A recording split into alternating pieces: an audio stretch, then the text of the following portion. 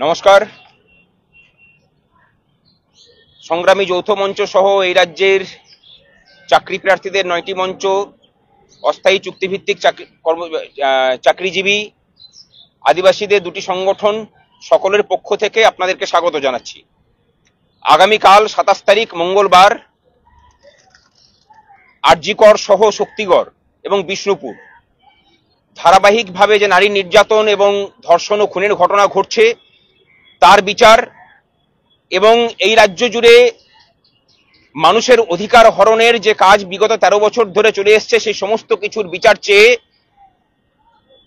আগামীকাল বিকাল বেলা 1টার সময় হাওড়া স্টেশনের ট্যাক্সি স্ট্যান্ডের সামনে জমায়েত হয়ে আমরা নবান্ন অভিমুখে যাব। সেখানে রাজ্যের সাধারণ মানুষ, সমস্ত স্তরের মানুষকে আমরা আহ্বান জানাচ্ছি যে রাজ্য জুড়ে যে অনাচার চলছে, ধর্ষক এবং খুনিদেরকে আড়াল করার যে প্রক্রিয়া বিগত 13 বছর ধরে চলছে, যার বিরুদ্ধে এই রাজ্যের সাধারণ মানুষ সহ সকলে পথে নেমেছেন, আগামীকালকে এসে পড়ে পা মেলান।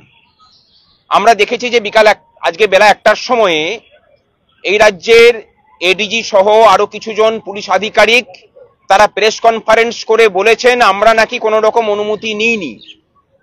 আমরা আপনাদের কাছে জানিয়ে দিতে চাই যে উনি যখন প্রেস কনফারেন্স করছেন তখন বসে বসে সরকারি পোশাক পরে সরকারি চেয়ারে বসে সর্বৈব মিথ্যা কথা বলছেন।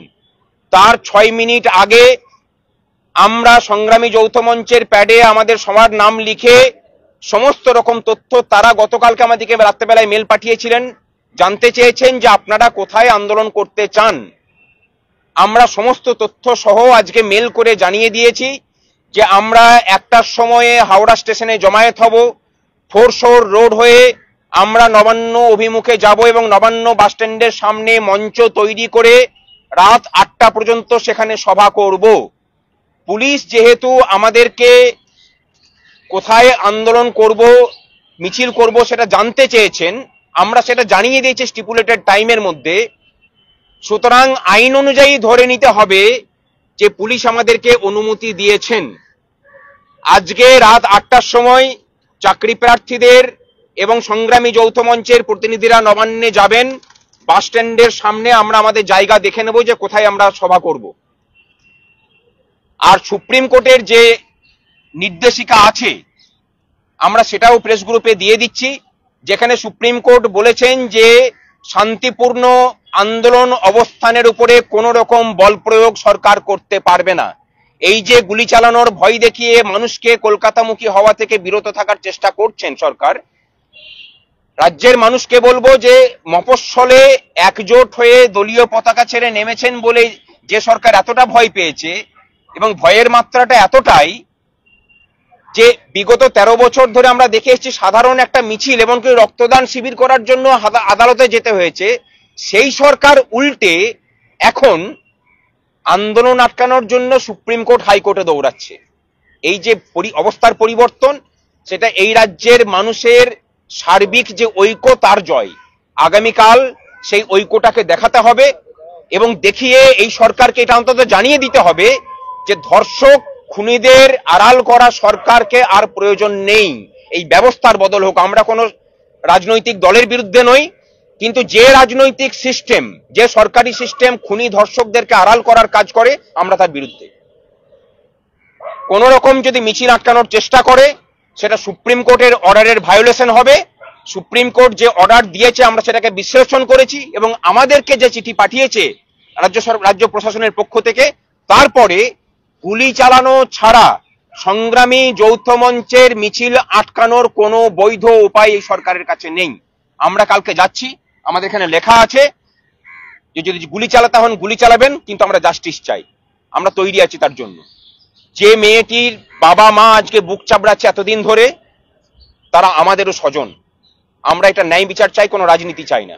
যদি রাজনীতি করতে চান, পুলিশের ওই 2 কর্তাকে বলবো যে পুলিশের উর্দিটাকে ছেড়ে দিয়ে দলীয় ঝান্ডাটা পরে নিন। আপনাদের অনেক অধস্তন এবং ঊর্ধ্বতন লোক ভোটের মুখে মুখে পদত্যাগ করে বিভিন্ন দলের হয়ে দাঁড়িয়েছেন, আপনারাই বা অপেক্ষা করবেন কেন? যা করার করে নিয়েছেন, না হলে পরে এত অমেরুদণ্ডী কোনো পুলিশ প্রশাসক হতে পারে না।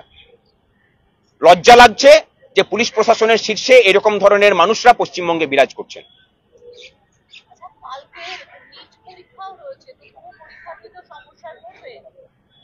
আমরা সরকারি কর্মচারী, যেসব জায়গায় নিট পরীক্ষা হবে সেখানেও সরকারি জায়গাতেই হবে। আপনাদের মাধ্যমে আমরা জানাচ্ছি এই রাজ্যের সমস্ত নিট পরীক্ষার্থীদের কোথাও যদি কোনো অসুবিধা হয়, আমরা আজকে রাতের মধ্যে আমাদের হেল্পলাইন নাম্বার দিয়ে দেব, সেখানে ফোন করবেন, আমরা যথাসাধ্য আপনাদের জন্য ব্যবস্থা করার চেষ্টা করব।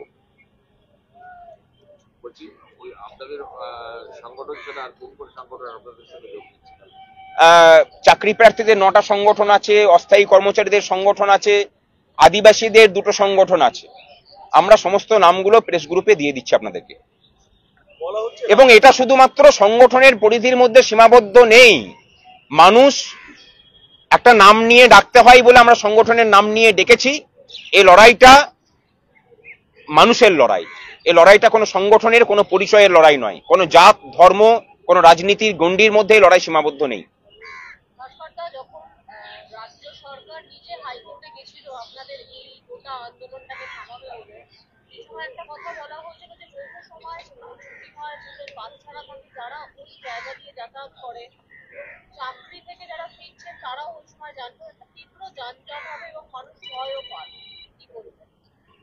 মুখ্যমন্ত্রী রেড রোডের মতো গুরুত্বপূর্ণ জায়গাতে 12 দিন ধরে মঞ্চ খাটিয়ে বসেছিলেন, একদম রাস্তার উপরেই।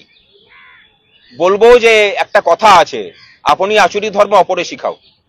আগে মুখ্যমন্ত্রী যে পথ দেখিয়েছেন সেই পথেই আমরা চলার চেষ্টা করছি। এই রাজ্যের সরকারি কর্মচারীরা যথেষ্ট দায়িত্ববান, অন্তত তার মতো ক্ষমতায় আসার জন্য বিধানসভা ভাঙচুর করবেন না, নবান্ন ভাঙচুরের জন্য আমরা যাচ্ছি না, ওনার ভয় পাওয়ার কোনো কারণ নেই। বলা হচ্ছে পেছনে কোনো রাজনৈতিক উদ্দেশ্য রয়েছে এবং রাজনৈতিক স্বার্থ চরিতার্থ করতেই একদমই রাজনৈতিক শক্তি আছে তো। তৃণমূলেরই যারা বিক্ষুব্ধ গোষ্ঠী আছেন, যারা চাইছেন না যে মমতা ব্যানার্জি আর সরকারে থাকুন, তৃণমূলের লোক কিন্তু তারা আমাদেরকে বলছেন যে আপনারা নামুন, আমরা পাশে আছি। তৃণমূলের লোকজন নাম জানতে চাইবেন না, এটা বলা সম্ভব নয়। উপর মহলের লোকজন না হলে পরে আমরা সাহস পাবো কোথা থেকে? বিরোধী দলের কারোর সাহস আছে নাকি তাই এটা করার? আমরা বুক ঠুকে বলছি যে গুলি চালান, কেন, কিসের জোরে বলছি? আর পুলিশকেও বলবো যে তোমাদের বাড়িতেও মা বোন আছেন, তোমাদেরও ডিএটা বাকি আছে। আর ছাত্র সমাজের যে ডাক্তার, সেটাকে বলা হচ্ছে দেখুন, ওটা নিয়ে আমরা মন্তব্য করতে পারবো না, কারণ ওই মঞ্চগুলোর সাথে আমাদের কোনো সম্পর্ক নেই। আমরা আমাদের দায়িত্বটা নিতে পারি। আমাদের মধ্যে কার ইনফ্লুয়েন্স আছে সেটা তো বলেই দিলাম আপনার প্রশ্নের উত্তরে, যে তৃণমূলের যারা বিক্ষুব্ধ লোকজন আছেন তাদের আছে, সাহায্য আমরা পাচ্ছি, তার জন্য তাদের কাছে আমরা কৃতজ্ঞ। বাকিদের কথা আমরা বলতে পারবো না। আমাদের মঞ্চে আমাদের মিছিলে যারা আসবেন তাদের সবার দায়িত্ব আমাদের।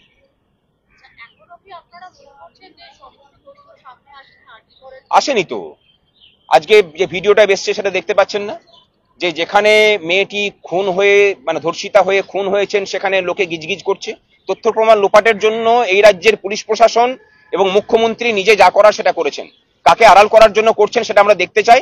আর এটাও জানিয়ে দিতে চাই যে যদি কোনো বেগতিক দেখি যে সিবিআইও তা তদন্তে ঢিলা দিচ্ছে বা প্রকৃত দোষীদিকে আড়াল করার চেষ্টা করছে, তখন সিবিআইকেও ঘিরে ধরা হবে। আমরা কাউকে রেয়াত করতে রাজি নই। এই রাজ্যের মা বোনেদের সম্মান নিয়ে, নিরাপত্তা নিয়ে যে খেলাটা বিগত 13 বছর ধরে চলছে সেটা এবার শেষ হবে।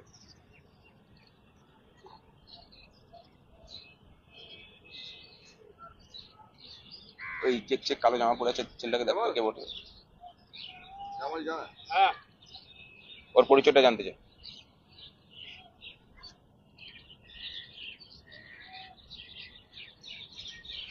আর কোনো? ধন্যবাদ সকল সাংবাদিক বন্ধুদেরকে। কাল দেখা হচ্ছে নবান্নের বাস স্ট্যান্ডের সামনে বেলা 1টার সময়।